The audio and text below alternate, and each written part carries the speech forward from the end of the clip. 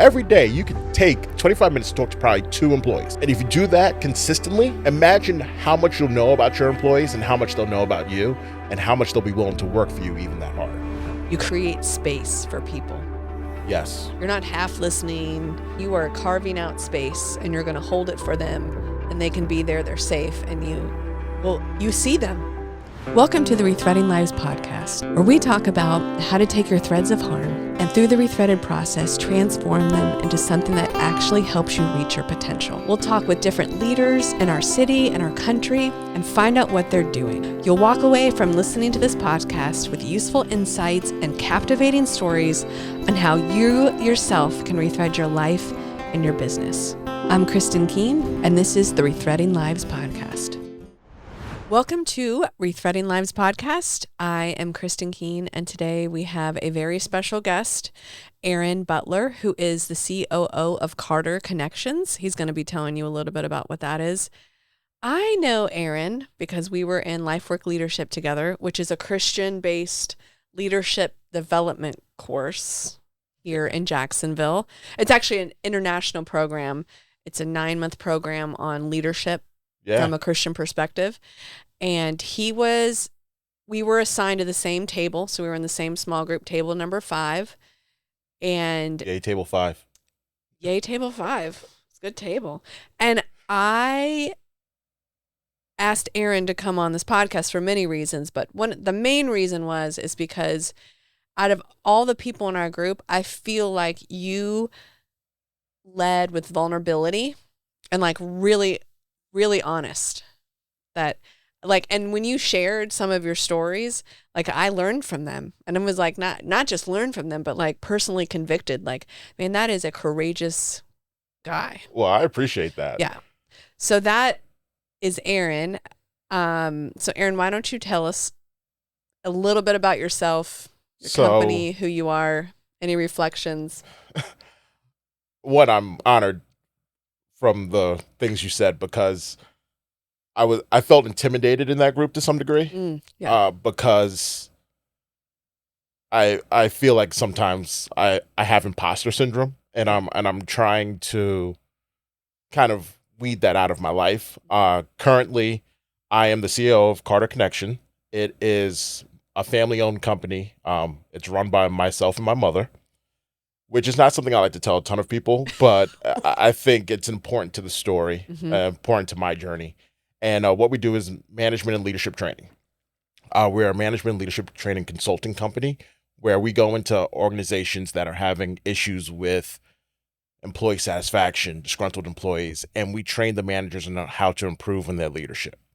We have twofold as far as what we do. We also do labor relations training and nationally, which is we go into organizations that are have disgruntled employees that are upset about something and they've looked towards unionization, and we educate them on that process, give them information about what the National Labor Relations Board looks like, what the National Labor Relations Act allows them to do, and what their rights are as workers, and help not only them, but the company navigate that process.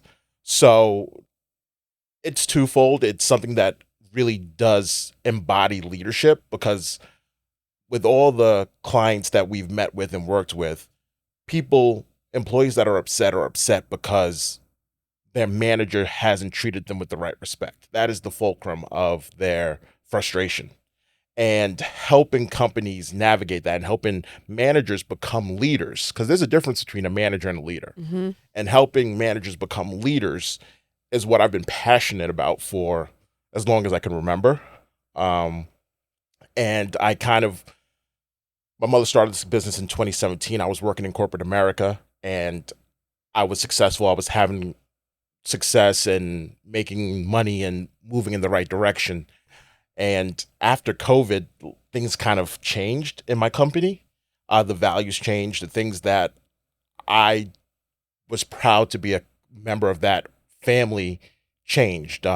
We didn't take care of customers as we should have. We didn't take care of our employees as we should have. We were only focused on profit and how to make more money. And when I looked around, I realized I was losing a part of myself, and I couldn't do it anymore. And luckily, my mother had started this business and was in a position where she could not pay me the type of money I was making, but be able to, felt comfortable taking that big decrease and trying to do something that I could make into my own and create something special. And you believe in. And oh yeah, of course, I believe in it because she raised me, right? So the values that have been instilled by her. So I knew what she was doing when she started this company, as far as saying, I want to get into leadership training. I want to help people with their communication. She wrote a book called It's Not Just What You Say. And she wrote that back in 2018. And I read the book. I started handing it out to all my employees saying, hey, you should read this book because it's going to improve your communication better than me just talking to you about it. Read this. And the employees that read it loved it, right? So we need to stop here and do a plug. What's it called? It's Not Just What You Say. Okay, by Marcia Carter. By Sarah Carter. Okay. Yes. Your mom. My mom. And outstanding book. It's available on Amazon. Feel free to get it. It's really cheap too. And when she wrote that book, it kind of sparked a light in me saying, you know what, maybe I can join her in this venture at some point. So it was always in the back of my head. And then as things started deteriorating after COVID, I recognized, okay, this was the time. This was the time for me to do it. Me and my wife, we had our foundation relatively set as far as what we were trying to accomplish as a unit. And I took a leap of faith, and it's been 2 years, and it's been the best 2 years of my life. And thankfully, I got to be a part of Life Work Leadership and meet some wonderful leaders in the city, because it really pushed me into high gear to kind of be around like-minded people, which is one of the biggest part of what we talk about when it comes to leadership is being around like-minded people. One of the valuable laws of growth from John Maxwell is to be around like-minded people. So, which is, I mean, a tenet of the Rethreaded process, right? Community. Yes. Yeah. I mean, a community of people who will both love you in the hard, but also push you to be who you're created to be. Yes. Yeah. And get that out of you, and you can do the same for them. And that's why I loved being in Life Work. Life Work completely changed my life. It was amazing. And maybe that's why it was so. I liked being a part of Table 5 and being with Aaron, because I did watch it spark something in you, and I was like, oh, okay. Every meeting sparked something in me. Every in-between meeting that we had. I loved our in-between meetings. It was so good. And it gave me the opportunity to get to know everyone at the table, because we all come from different backgrounds. And that's what I love about what I do for work as well, is because I travel. For instance, I'm actually heading to the airport after this to go to Boston. Cool. But I get to go to different parts of the country and meet people that have a different background from me, and see that at the core, we're all the same. We all want to live a good life, take care of our family. And then when I get a chance to be around Christians and we're able to talk on that level, really dive into how God has impacted your life, what's God telling you today, and things like that. It's be revolutionary. So good. I have so many questions like going around in my head, because I honestly didn't know it was you kept saying family company. I didn't know who was the family. So I didn't know that your mom founded it. So your mom founded a leadership consulting company. Yes. That goes in and helps companies kind of essentially rethread their business. Yes. Who is your mom? So this feels out of the norm, honestly. I think looking at it, it feels very normal for who she is. And I love my mother, which if she watches this or listens to it, she's going to love this. I love my mother. My mother is probably one of my heroes. She moved to this country when she was 22 years old from London, from England. And she moved here because America was always the place she wanted to be, which you hear that, and she grew up in England, which is a developed country and all that stuff, but she knew she wanted to be in America, and she was a radiologist by trade. She took x-rays. So I might be using the wrong word. I'm not a doctor. But so she took X-rays and she worked her way up in healthcare. So she started in Delaware, then she ended up moving to New York, and she worked at a hospital for 25 years, 20 some odd years. And then from there, she went into she was in management throughout the time. She got supervisor, manager roles in the hospital. And then she ended up teaching students how to take X-rays. And then from there, she got into sales, where she was selling imagery services to hospitals for a company there. And then when my stepfather retired, they moved to Florida, and she was working for HCA. And she was a vice president of sales to some degree at HCA. And it got to a point where she decided it was time for her to leave. She was closer to retirement age. She was, I got at that point, probably mid 50s, like 52, 53. And That's close to retirement. mm, That's only 4 years from me. I was like, all right. well, I think I like guess that. you were retired at 65, right? But for her, it was at that time where she wanted to do something else. There was a third chapter. We've been Yeah. starting. A lot of women that I've been talking to, when they get into their 50s, it's the start of their third chapter. My sister, I think, was just finished undergrad or was about to finish undergrad. Yep. It was just time Kids for her are to gone, do but yep. something else, Mhm. right? And she left that job and she created an opportunity. She said, I want to empower people. I want to empower people to be the type of leaders that they want to be. And she started with a nonprofit. And from there, she met people. She lives in Central Florida. So she started networking and met people. And she met someone who was doing labor relations consulting. And she said, and they said, you'd be great because you're good with talking to people. And we can teach you all the stuff about labor relations and the National Labor Relations Act. And she learned all that stuff. And she recognized this was an opportunity, that there was a leadership vacuum at a lot of organizations. A lot of frontline managers just didn't have the interpersonal skills to give employees the tools that they needed to feel successful, to feel happy in the workplace. And she said, this is an opportunity I think I'm good at teaching people that. And she took a leap of faith. And does she have a British accent? she does. Americans love that too. They do love it. So she can probably say really hard things. And everyone loves Yeah, what she's like, saying. No. And she just took a leap of faith and said, God, if this is the way you're going to lead me, I'm going to go. And she's a woman of faith, which set the foundation for my faith, right? And she just took a chance. And she started networking and meeting people. The challenge, that the reason why I'm here and why I've taken it on, is she's good at talking to people and going out, but the business aspect of it, the doing things like this, like putting yourself out there, and she becomes hesitant. So I'm the person that's taking it that step further. And we've done a really good job networking and really good job marketing and really good job putting together a whole leadership development program. It's called the Journey to Leadership. And it really outlines the journey from being just a manager and how you get to leadership. And the foundation is servant leadership. Yeah, I think I'm a bad manager and a good leader. So I was actually thinking about this coming here, that I actually think you're a great leader. I don't think you're a good leader. I think you're a great leader. I think you have a vision for Rethreaded and the people that you bring in, but because they have been affected by the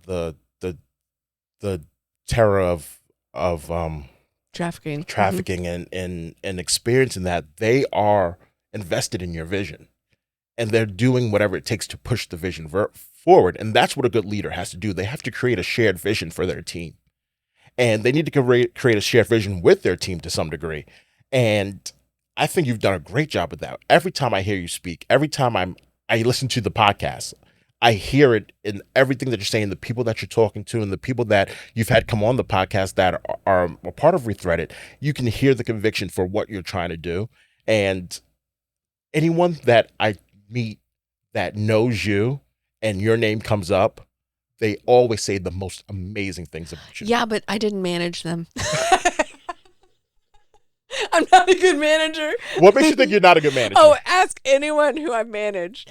I'm just not organized.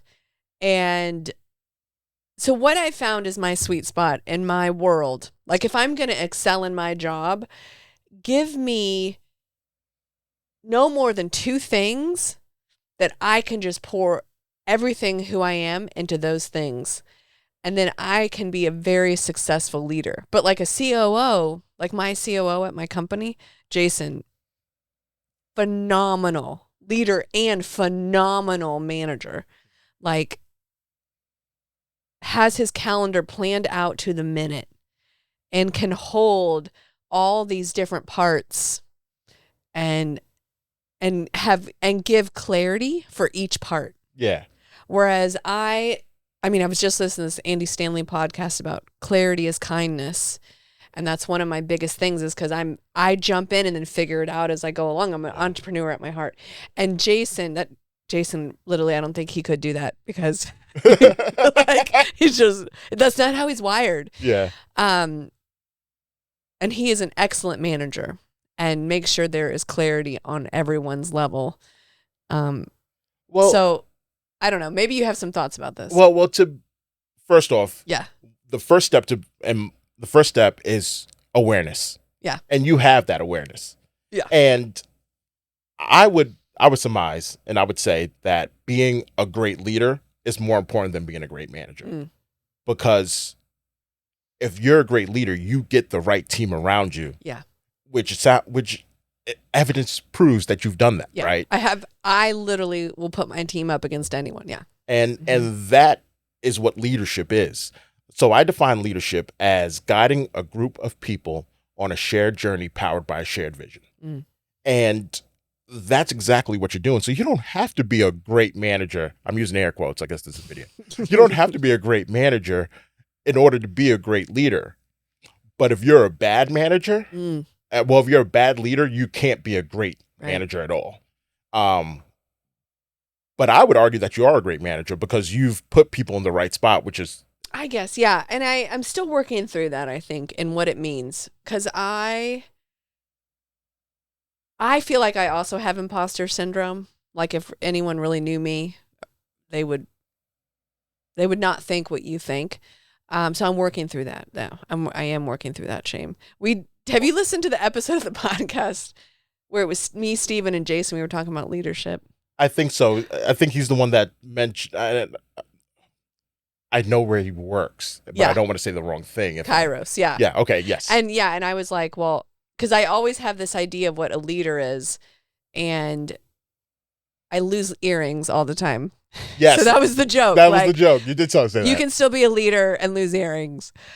So I've always had a lot of shame around my inability to have be organized and so since I'm not that great about providing structure, sometimes when I'm managing, I provide too much structure and I become really controlling. Yes. So that's why I'm not a great manager under people. I'm over people because it brings out that part of me. But but the fact that you're aware of it and the fact that you've taken steps to avoid it, right? Yeah.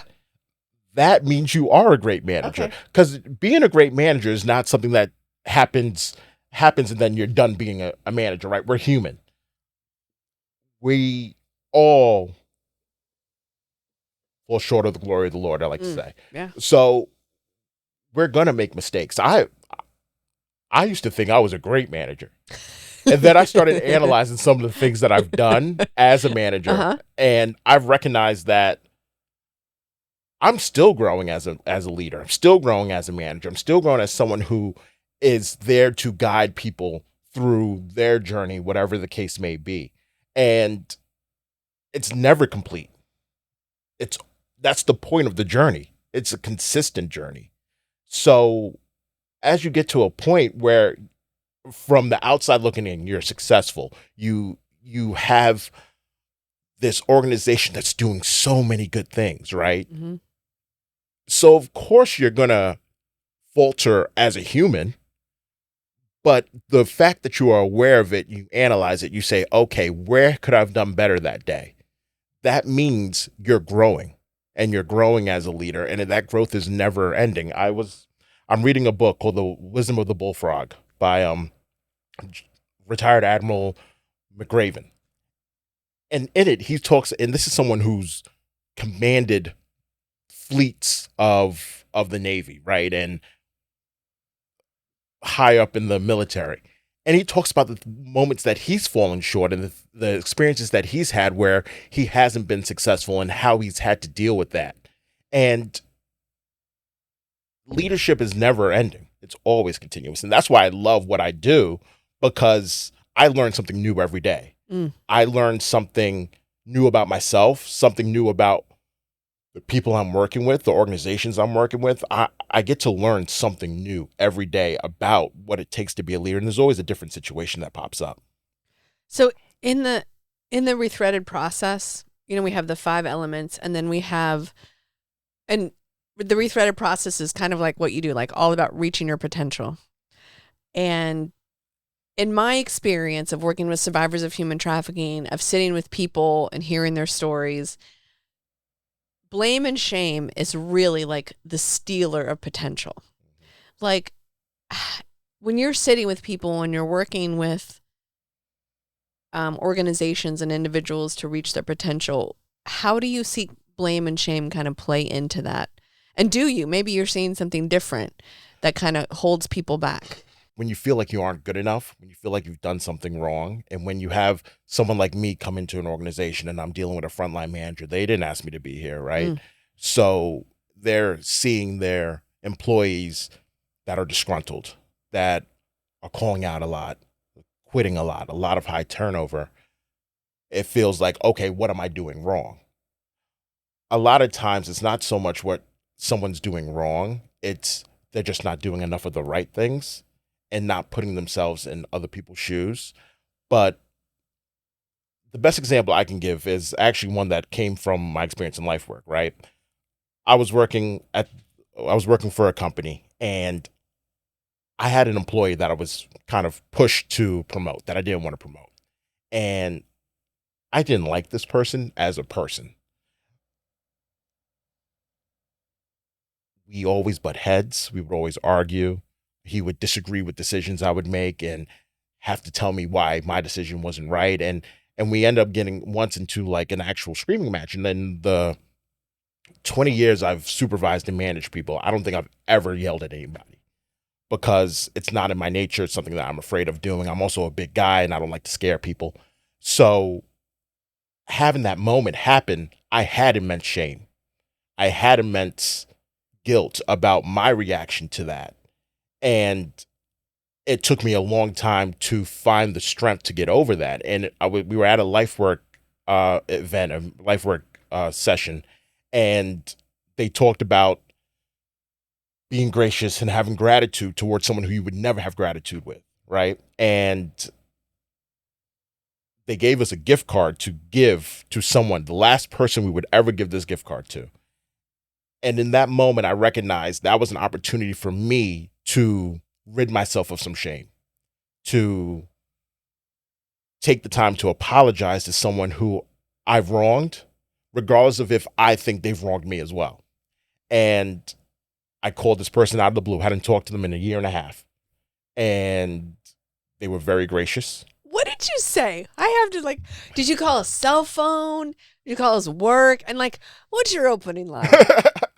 So I was lucky. A friend of mine was managing him now. Okay. So I called my friend first and said, hey, this is what I'm thinking about doing. I'm thinking about coming to see this employee. And like you in person. This isn't on the phone. I went to see them in person, but I called my friend and said, hey, I'm thinking about seeing this in person and giving them a gift card because our relationship wasn't great. About the argument we had, and it's on my heart. God's put it on my heart to do something to close that chapter, to some sort of speak. And they said it would be a great idea. So I got the okay that it was a good idea. So that made me feel good. I waited about 4 days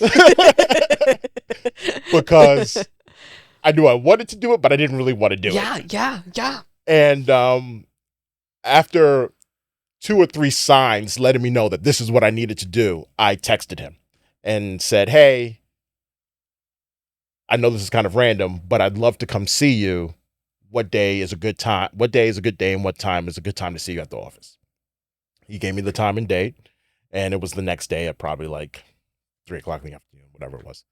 And I walked in, and remember, this office is full of people that I know, that I've managed, right? And saying hi to them all, saying hi. And then he walks in. I'm like, hey. He's like, hey. I'm like, can we just sit in your office? And we sat in his office, in the office that we had many times gotten into screaming matches in, right? And I sat down in the chair, and he sat down, and I said, listen, I'm here to apologize. I'm here to apologize. And I told him the whole story of life work and the process I was going through. I'm going through this process, and it's been amazing for me. But what I've learned is that I need to have more gratitude and be more generous to people that I might not necessarily have a great relationship with. So this is me just kind of being a little bit vulnerable and having this conversation with you. And he said, listen, I've grown up so much since we last talked. And I remember that fight, and I was wrong he took accountability for certain things. I took accountability for certain things and gave a handshake. And I said, okay, this is great. And I left. And then I had no plans to ever call him again. But I think we both left feeling so much better, because as a leader, as a person, when you hold into that resentment, it eats away at you. So I was just like thinking this through, and I've just had this conversation a little bit this morning about, so in the Rethreaded process, the way out of blame and shame is courage, imagination, and empathy. And really all those tools allows you to take responsibility. And that's exactly what you did. You had this blame and shame, and you were able to, I think, use your courage and take responsibility and pull both of you in some ways out of the blame and shame. Because I'm sure what I'm finding is if you don't deal with it, it turns to bitterness. Yes, it does. It turns to bitterness. It turns to anger. And all those things are terrible for leadership. Yeah. All those things are terrible for managing a team. And when you are managing a team, there's going to be conflict. There's going to be disagreements. And that's why shared vision is so important, because when your fulcrum is the shared vision, when the priority is, okay, we are trying to impact X, right? We're trying to improve the lives of people that have been through sex trafficking. All conflicts can be resolved if the decision is clear that that's what that's going to lead to, right? So it's just about communicating. Filter. Yeah. So when you go into companies, is vision, do they often lack vision? So companies don't lack vision. The management levels, the bureaucracy dilutes the vision. And that's what if you go talk to someone in a C-suite of a big organization and they say, what's the vision for your company? They're going to tell you all the pie in the sky. That sounds great, right? But the management levels below it filters it out and makes it about what people are scared of. If people are scared, oh, we're not growing enough as a company, right? We don't have enough growth. That's the fear that's coming out. And then they push the fear down on the frontline managers. And the frontline managers are the ones that deal with the employees directly. So if, for instance, if it's, hey, we need to process this many units of widgets, the vision, the priority that you're getting from those frontline managers is push the widgets. When it should be, all right, our vision is to impact the world in a positive way. And the way that we're going to impact the world is by making these widgets. And we have to make X amount to do it. But the cause is there, not the effect. And that's what the problem is. That's what gets diluted. So what I do a lot of times is reinforce what the vision is and ask these frontline managers, what do you think the priority is for your boss? And when they say things like profit, when they say things like labor hours, then you know that that's what they're afraid of. That's what they're afraid of getting in trouble for not doing. And you have to change that culture. So you have to work your way up. That makes sense? Oh, yeah. I mean, on so many levels, because even in the nonprofit, I mean, everyone has a very strange view of nonprofits. And I was like, we got to make money too. And course. have goals. And so I think in my management, I'm so driven, and I have a lot of times I have a lot of fear, and literally in my leadership, I've just run over people, and my vision sometimes doesn't match my actions, and Okay. there's a disconnect, and people know that, and it hurts people, and it doesn't create the kind of culture that changes lives. And but again, I'll say the fact that you are aware of that Mm-hmm. is the I've learned the hard way. Yeah. of course. I feel like there's when you're going through those moments, right? When it's okay, I'm so fearful of X happening, and that's causing me to change my management style. That just requires a moment of self-reflection. And when I do the journey to leadership, the first part is growth, right? It's awareness is the title, is the headline, right? But then you have self-reflection, you have perception of your team, and you have understanding your team. And when you do those daily moments of daily reflection, you're understanding, and you do it whichever way you want. Like people meditate, people work out. I know you go swimming, right? Mm-hmm. So when you have those moments where you're able to be just in your thoughts and think, okay, what type of leader was I yesterday or for this past week? You take those when you say, okay, that's where my misstep is. I'm going to have to correct that.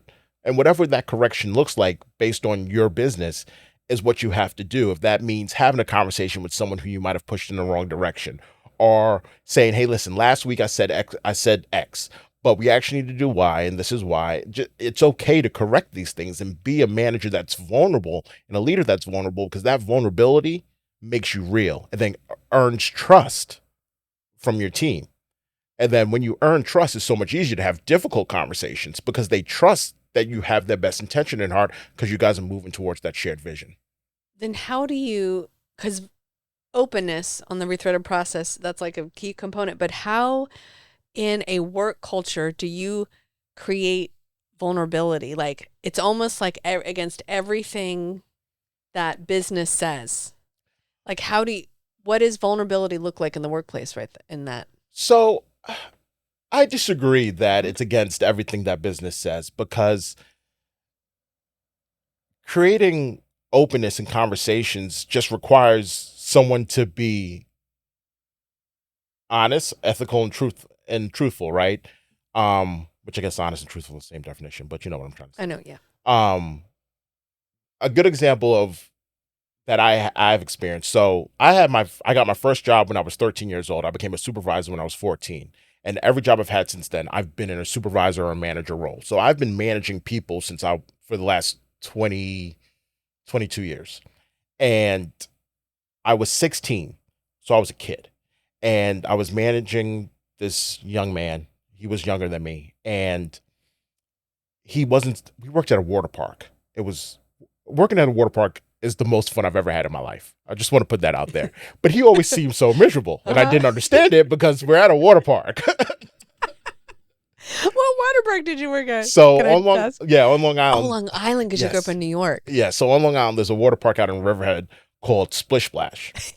Yes.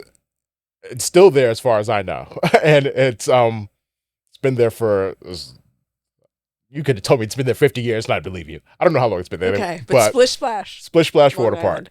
Park. And I was just like, hey, just started talking to him. How do you like school? What grade you in? All this other stuff, just to get to know somebody. And I asked him how he liked working here as the conversation was going on. He's like, oh, it's fine. My parents are concerned though because I have a black supervisor. And I looked around because obviously I'm the only black supervisor at this place. And I looked around and I said, how do your parents know I'm black? They never met me. And he was like, oh, I told them. And I was taken aback. Again, I'm 16 years old. I've been black my whole life, but it was the first time someone's very casually, very normally said it. And do I think that was the reason why he was miserable at Splish Splash? No, I think he was just a miserable person. But when he said that, it gave me an insight to who he is and where he's from. It didn't change anything because you know what? My goal, and this is something about me, my goal was to prove his parents wrong, to be a great manager so that he would go home and tell his parents how great this black supervisor was and how wonderful I am and how nice I am to him and how I make him feel great, right? And that's how I've lived my life for a long time, till probably my late 20s, where it's always a chip on my shoulder trying to prove myself. And that ability to just have a conversation with someone that's a reasonable conversation and allow that person to talk gives way to that openness. I've learned so many things from employees. I've had employees call me when someone has passed away in their house. I've had employees call me when they've had medical emergencies and then tell me. I've had an employee call me when they got arrested and tell me I was their first call. That's not because of anything other than giving people that latitude to have real conversations with me, and also having real conversations and being vulnerable. I like to think that's sometimes my superpower, because I can give a piece of myself to someone so that they feel comfortable with me, so that we can have a real conversation. So I don't think it's being that openness is a bad thing. I think it gives way to really impact other people's lives. I don't think it's normal though, is it? In the workplace? In corporate world? I will say I don't think it's normal either. I think it's something people need to work on. I don't think I haven't had many managers or bosses that have actually taken an active interest in me as a person. But I also have been the type of person that has forced people to take an active interest in me.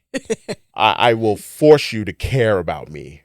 I will force you to know stuff about me that you may not have cared to know, because I know that that's the only way that I'm going to move forward and feel valued as an employee.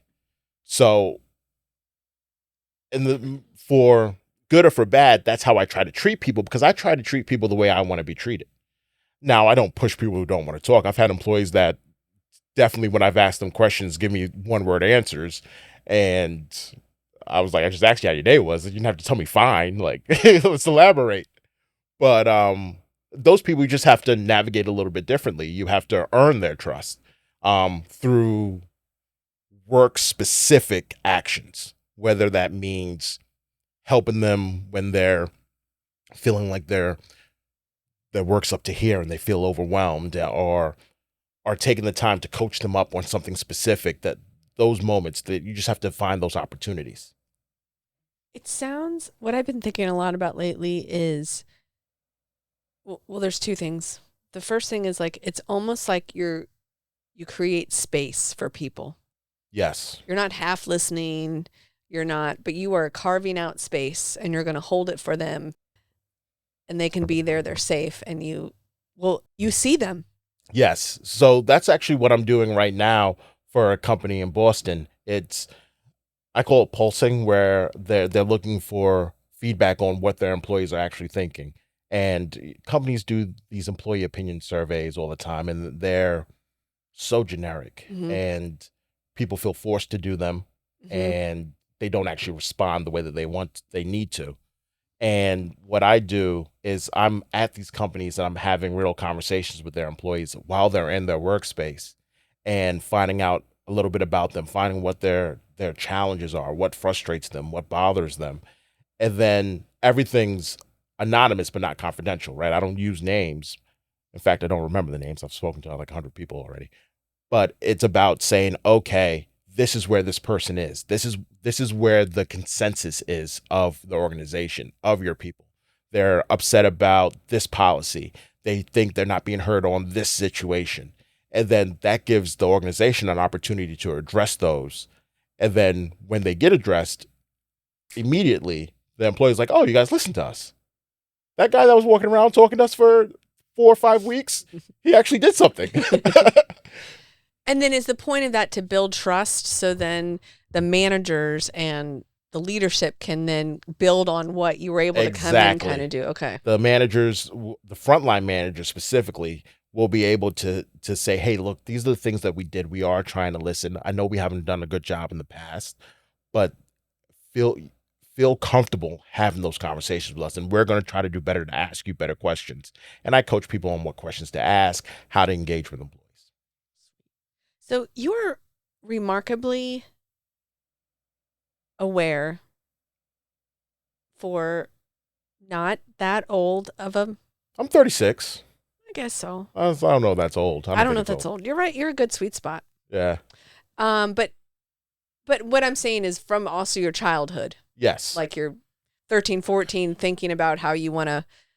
So where my questions are, I have lots of questions related, but where did the chip come from and how did it go away? Where did the chip come from? That's a great question. So I grew up in a time where I was told by CNN, the media, right, and that I'm either going to be dead or in jail by the time I'm 21. Because you're a black man. Because I'm a black man in America. So for me, it was about not falling into that stereotype and proving what I perceived people were thinking about me wrong. Now, I understand most people probably weren't thinking that, right? They don't, even if they didn't know me, they weren't thinking that. But I perceived that's how other people looked at me. And my family, I love my family. My family is very complicated in its beautiful way. My dad had drug problems for a lot of my younger life and a couple years while I was in college. And I spent a lot of time in Narcotics Anonymous meetings when I would see him on the weekends after he got clean. And that opened my eyes to understanding that the world is very complicated and life is very complicated. And I learned that when I was 12, 13 in these rooms where you're seeing all peoples of all walks of life that have had severe drug issues and have hit rock bottom, and they're telling their story in the most raw and honest way.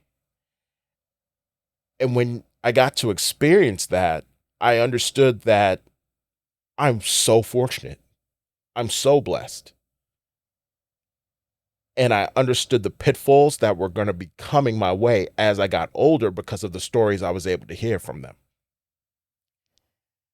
So you take that chip of feeling, okay, the world thinks I'm one thing because they just see me. And did you have any experiences in your life that proved that this media lens was right? Like, did you have any other experiences? Well, maybe in the water park.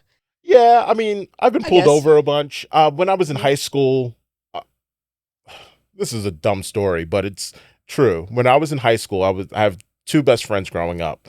We were all three of us were young black from Long Island, and we were in a park when we were 17 at dusk.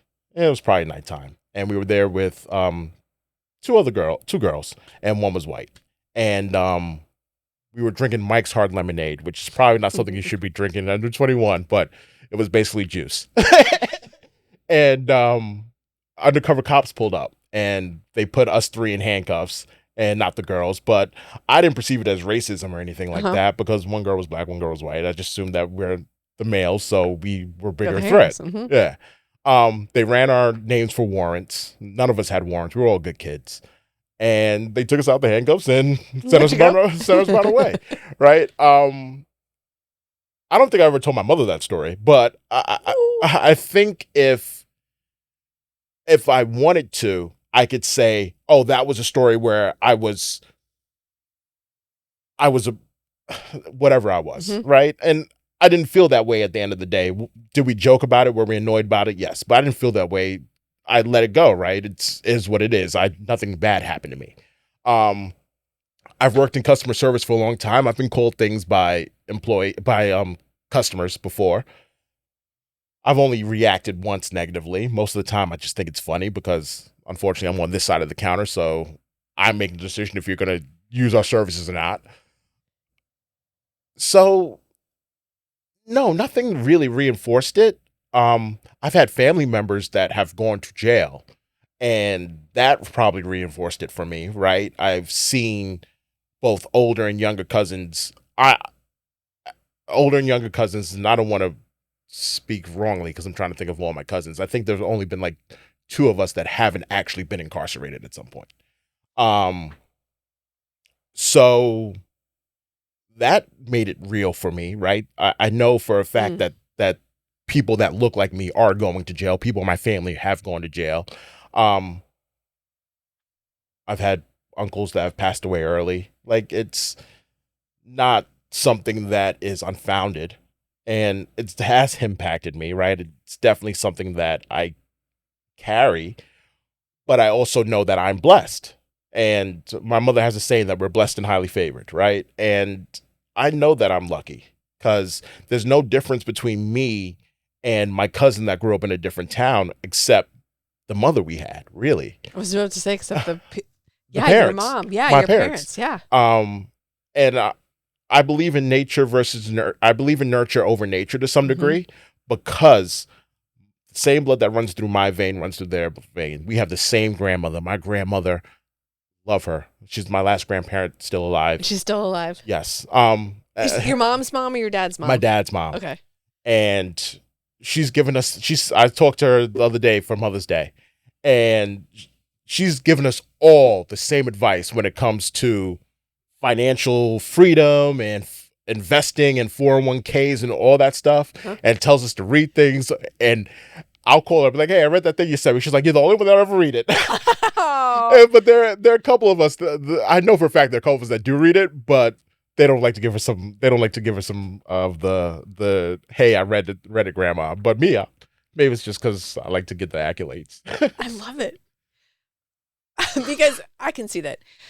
I just want to talk about with your mom a little bit in relation to race, because she came from England at the age of 22 as a young Black female. Yes. Outside of the culture of America. Yes. How has that shaped her life? So she actually talked about this. She came up to Jacksonville and went to Girls of Virtue. Oh yeah, and spoke to some young ladies Awesome. there, and she actually talked about it was a culture shock, and something that I highlight. So my father's American, so I like to put that out there. My father's African American. My mother's Caribbean by kind of heritage, right? Okay. So my family came from Antigua and Nevis, which are islands in the Caribbean, and then they moved to London, and that's where they met and had her. So for her coming over here, people would look at her and assume she was Black American, right? And then she would speak, and they'd be like, "Oh," but it didn't change the fact that she was another. She was telling the story about how when she was working at a hospital, the doctor invited that department over for, like, I guess a holiday party type thing, and she was the only person not invited. And this was back in the 80s, right? So you could probably get away with it more so than you wouldn't really get away with it now, right? And that was her first understanding of, okay, I'm not in that crowd. I'm not part of the establishment, I guess to say. And when she first went for her first supervisor job, she got beat out. And the second one, she got beat out. And she perceived it as something that was more so than just her skills. It was something else. And that just taught her what I think my grandparents taught her. Because going to England during the Windrush era, it was similar as far as you're an other. Keep your head down, do what you need to do, and take it from them. But take it from them in a way that's undeniable. They can't not give you the job.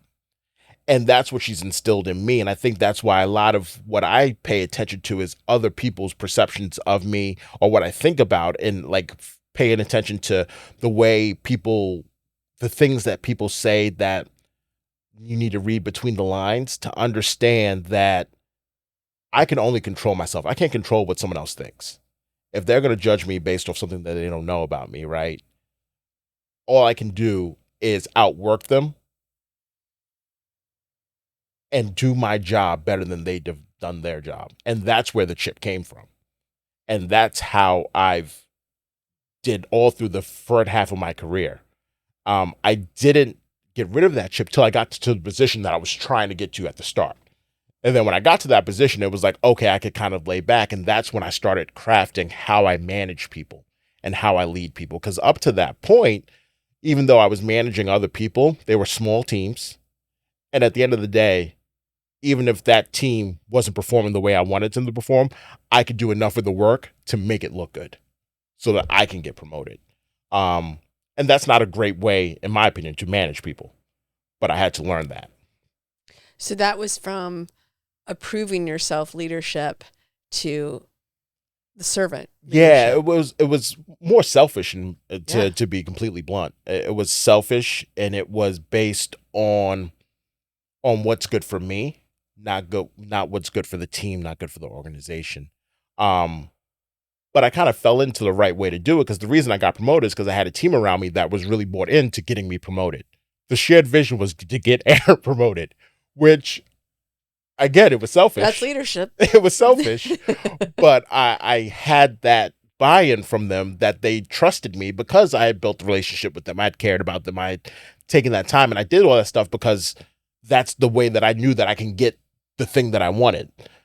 Now it's not about me. It's not about what's good for me. It's now about how can I.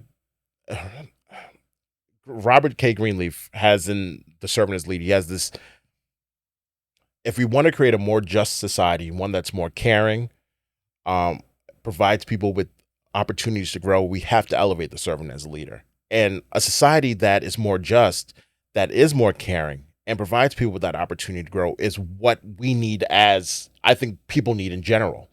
And when I read that, start of my 30s, when I read that, I understood, oh, that's the type of world that we need, not a world that's driven by what's good for me. How can I be self-servant, and how can I get what I want?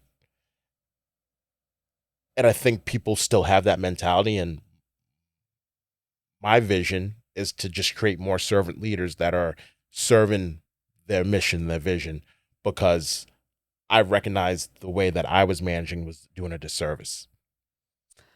Do you have concrete examples about what changed in your life? Did outwardly things change? Yes. Or just inwardly? No, outwardly things changed. I learned how to listen Yeah. and actually sit in silence with somebody and allow them to tell me what they were thinking and how they felt, and understand what they envisioned for themselves, not me putting my vision for them onto them. I became more patient. There were times where I'm someone that if we're we're going to say, hey, we're going to move that screen, I'm already up moving the screen before even taking the time to really think about it. I'm now someone who takes the time to say, okay, what's the best way to go about that? Because while time is of the essence, we still, if you want to do it right, you have to do it the first way, Take right? the time. So, like, be intentional. Yeah. Be intentional. The law of intentionality. Yes. And I cared about kind of like how I carried myself. That's in order. There's a level of taking care of yourself, and there were times when I first started working for that company, young, I was 22, 23, where I'd come in like my shirt wrinkled, and that also matters too. Your image matters. You have to take pride in the way that you present yourself. So little things like that became tweaked. Phrase. Do you have any in your work that you're doing? Do you have like, is there a common a common mistake that people are making in their leadership? You feel like you're just coaching over and over again. It's awareness. It's awareness. It's awareness. People are so unaware of what they're doing. And when things get overwhelming, awareness really goes out the window. Yes, it does. Oh, it does. Because your instincts are just taking over to some degree. Yes. So there's no intentionality. There's no space. You're not taking time. Oh. And the best way to learn awareness is self-reflection and having that daily. And because once you're through the wilderness, once you're through the craziness that's happening, right? Sometimes people don't even take the time to sit and say, wow, okay, after action review, how was that? They just look at the end product and say, we got it done, it's fine. Yeah. And they do it all over again. Yeah, that's what I was doing. That awareness piece is so huge. And also people don't really like doing self-reflection because they learn something about themselves that they might not like. And it's very uncomfortable. It's very uncomfortable. And I think, and everyone says they know they're not perfect, right? Humans will have no problems. Oh, I'm not perfect. If you're not perfect, it's okay to like work towards perfection. You're never going to get there, but you can improve and grow. And so Marcia, and I sometimes refer to my mother as Marcia. Okay. So Marcia's doing. So this is like your when she's like the business Marcia. Yes. Okay.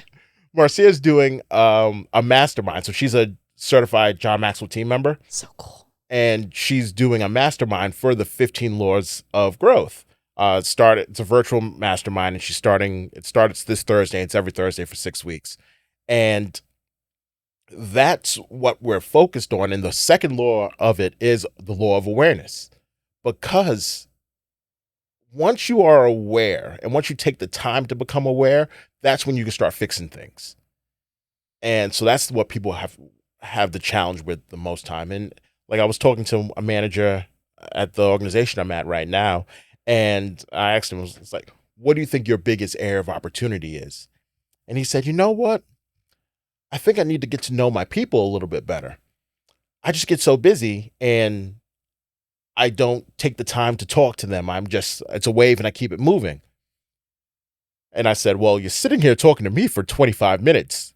Is this time not being utilized the right way? It's like, no, I'm good right now.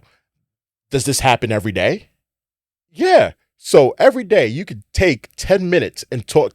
You could take 25 minutes to talk to probably 2 employees. And if you do that consistently, imagine how much you'll know about your employees and how much they'll know about you and how much they'll be willing to work for you even that harder. And he was like, oh, I never thought about that. So it's not necessarily not being unaware, but taking that awareness to the next step to realize that there is an opportunity there. And I find the greatest people, like I get to sit here with like the greatest people, is they all in some way, shape, or form have figured out how to be intentional with their time. To like everything they do is on purpose. Mm-hmm. I remember reading this book Traction. It's like how to put structure into your business. And I remember reading that book and being like, the first line is like, do you control your business or does your business control you? That question. Yeah. And it's like the flip-flop of like training that manager to be in control of their time. Because what I do when especially when I never want to start anything again, but I start something, I jump in and like, there's all this pressure on my time. And then, I always let that pressure, not always, that's a lie. I tend to let that pressure control me instead of me flipping the script and like, I'm going to control my time and create space for my people. Yes. And you have to give yourself grace. Yeah. And when it comes to time management and actually managing time, that's an area that I absolutely am still working on. Me too. Every day. And I have a rule. I don't set any meeting Monday before 11. Anything, if anyone calls me, say, hey, I'd like to meet for some coffee, or hey, there's this meeting here. If it's Monday before 11, I'll immediately say no, because I know if I don't start my week where I'm comfortable and I'm ready to go with eagerness, I'll feel like my whole week is off centered. Now not everyone has that luxury, which I Right. understand, but you have to. Everyone has to find something to have their time start off feeling right. Whether it's if they start work on Monday, saying, you know what, Sunday I need to be in bed by 9:30 because I want to wake up at X amount of time at certain time so I can start it. So that means that extra Netflix show on Sunday that I've been watching, I have to turn it off at 9:30. And little things like that will help control your time a little bit better. But it's also about just giving yourself grace and saying, you know what, whatever time frame I'm thinking it's in my head, if I say I need to do something in 3 weeks, I need to tell myself I need to do it in 6 weeks, or 1 week, or then that's what I meant, 1 week, and then I'm able to kind of get there a little bit slower. I don't know. That's how I've handled time management, but it's hard. It's hard. Well, yeah, and people are definitely more skilled at it than the other. But I like the point of, and this point comes up a lot, is like it's about the tiny little things. It's the half hour going to bed earlier. It's choosing not to be on my phone in the morning and going to exercise and making sure I'm spending some quiet space in the morning Yes. compared to my phone. I mean, it's not like these huge changes. Well, my biggest issue is discipline.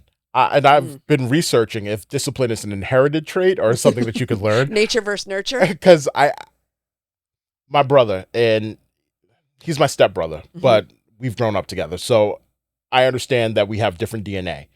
But my brother's so disciplined. So disciplined. He's always been this way, even when we were kids. When I would go visit my dad and I'd go in his room was organized and so neat. And and he's younger than me, and I was always just a little bit jealous. Like, how did you do this? Like, I just do it. Okay. So I look at that and I've started figuring out, okay, how can I be more disciplined? How can I be more consistent with working out, eating right, doing all the things that I know are good for me, but I tend to falter. I haven't come up with a solution yet, so don't expect a solution Okay, I was on like, this. what did you No, I don't have a solution Okay. yet. But in reading, what book was that in?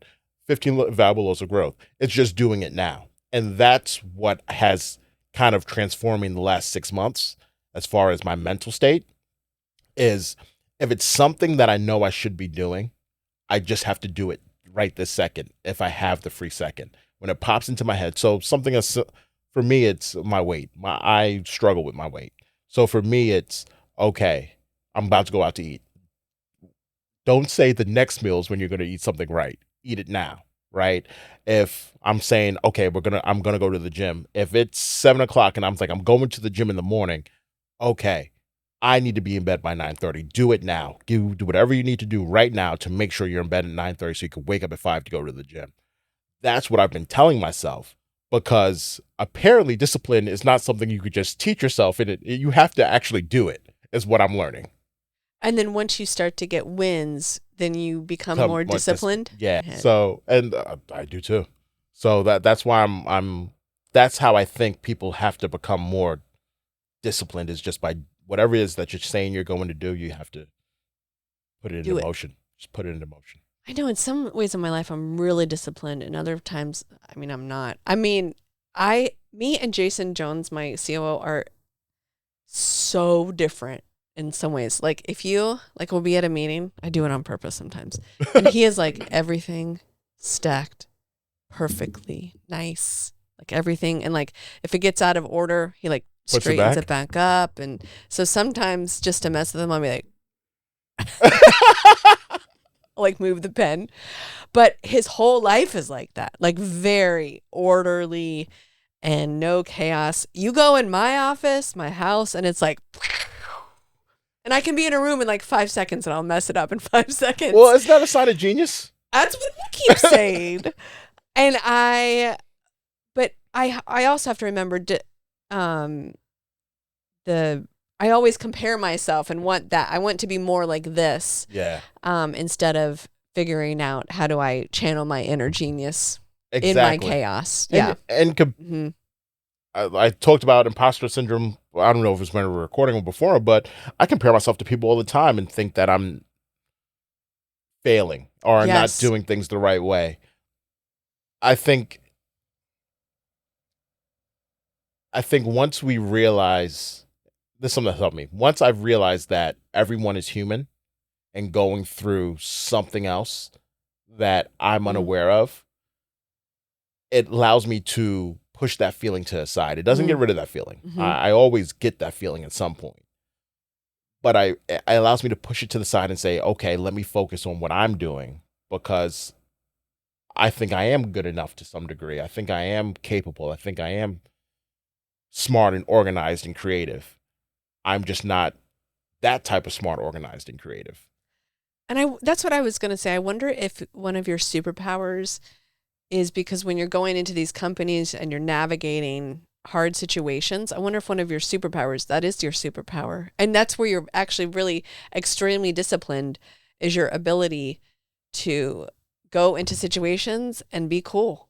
Oh yeah, it's fun. That's a superpower. That's a discipline. It is. I've never thought about it that That's way, a but you're discipline. right. Like I love going to because I've learned about some of the most interesting industries. I was working for a company that did phlebotomy, right? And talking to people that are taking blood all day. And I don't know anything about it, right? And I'm talking to them about that process and what it looks like and what struggles they have and all that stuff. And it's, to some degree, there's chaos going on around me, like the customer, patient there getting blood taken. There's 14 people outside. I'm like, I'm not trying to mess up your flow. Just this is interesting to me, and I like that level of chaos because it's something I like learning. I really do enjoy learning about different things and learning how things work because it makes me smarter. It makes me think I know things. Well, then I feel like you bring that into your people too. Like you like Yes. to know how people work. Yes, And I that do. curiosity, I think, maybe that's your discipline, the discipline of curiosity. You know what?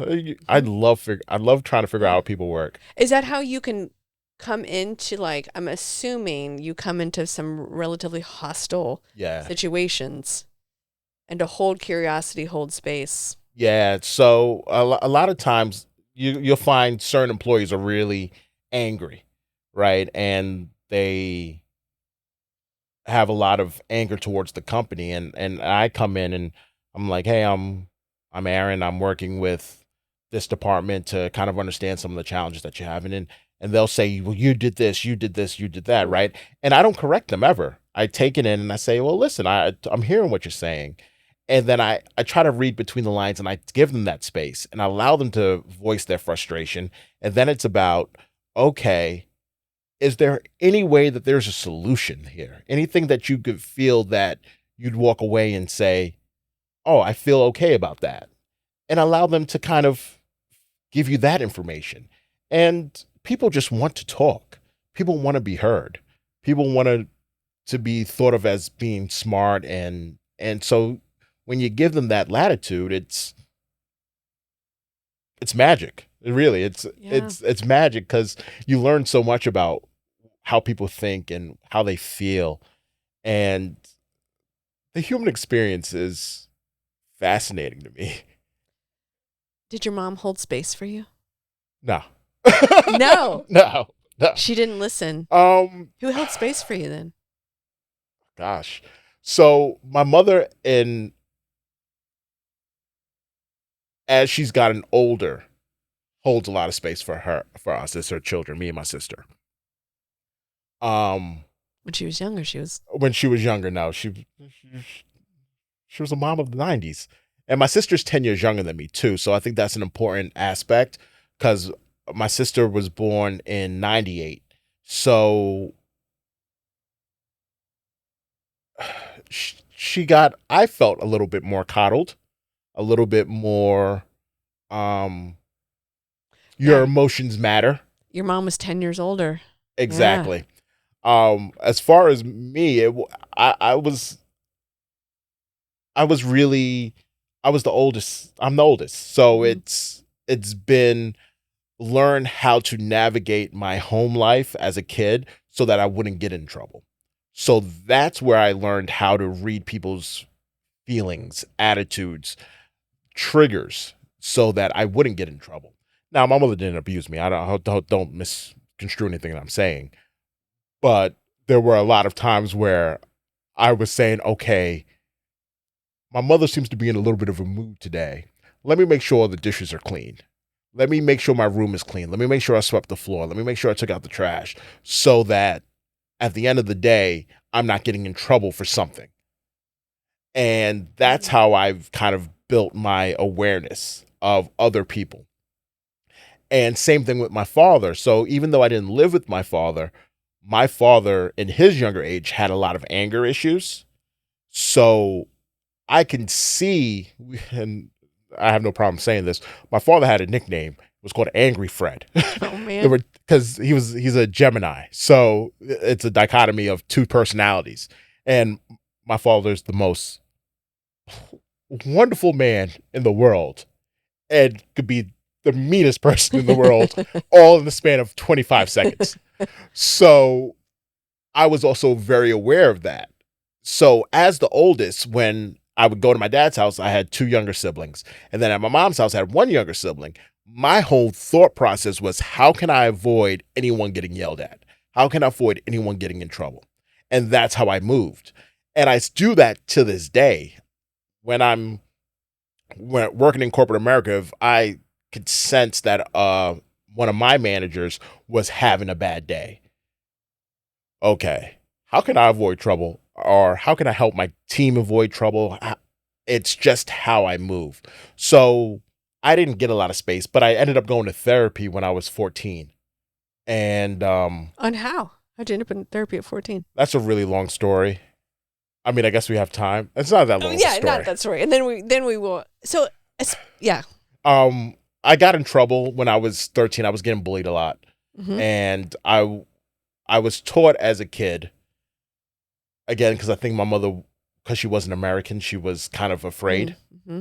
I was taught as a kid that you never fight, you don't ever get suspended, don't ever get in trouble, just keep your head down, you'll be fine. And I was getting bullied on the bus. And this kid, I was growing my hair out back when I had hair to get braids, because that everyone wanted to be Allen Iverson then. And he would come up behind me and like grab my hair, and it really bothered me, and he did it for like weeks at a time. And I snapped and said some things I shouldn't have said. None of them were true. It was just me being a kid and being angry. But the bus driver overheard me, and she reported me to the principal. And I ended up getting suspended for 3 days. And my mother didn't know that I was being bullied, because I wasn't the type. I didn't come home and say, "Oh, someone made me sad today." Right? It was, how was school? Everything was great. My grades are good. This happened. Like, it was all the positives, because again, I wanted to not add anything that was going to cause any tension. And she was like, when I got suspended, they came pick me up from schools.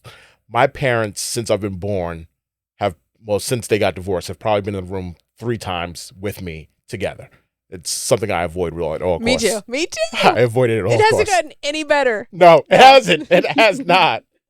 And so this is one of those times where they all came over to our house. So I had my mom, my stepfather, my dad, my stepmom, and my 3 siblings that, and now that they're older, they sometimes hang out, but like they never really hung out.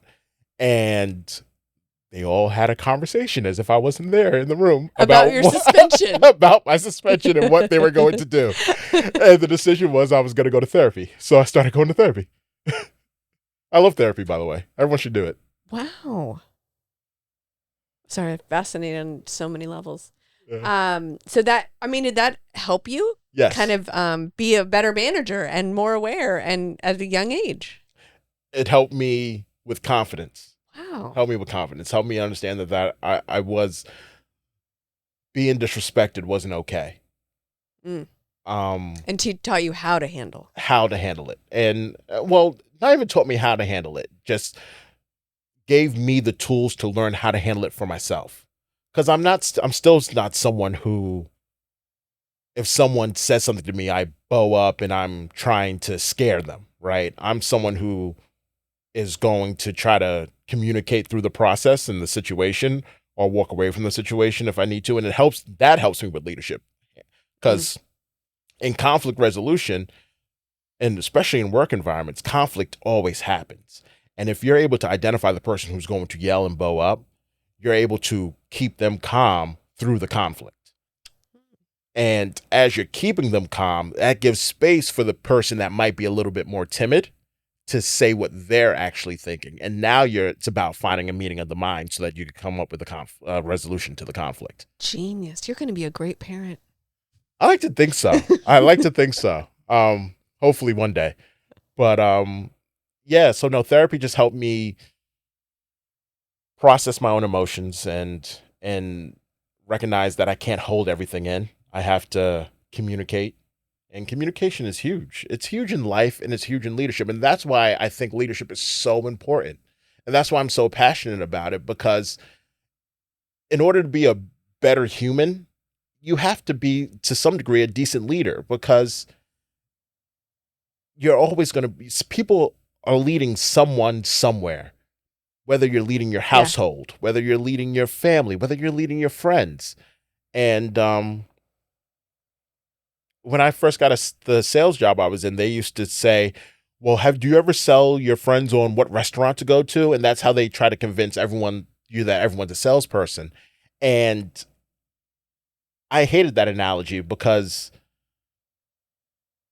I'm not selling a restaurant. To me, it was so mundane.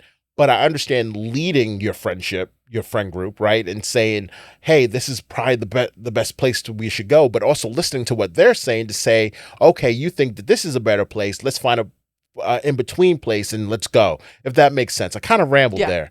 But I think leadership is the vehicle to a better society, a better culture. And I don't think we have leaders in a lot of leadership positions. I think we have people who are self-serving. We have some managers who manage. But we don't have leaders in positions of authority or power.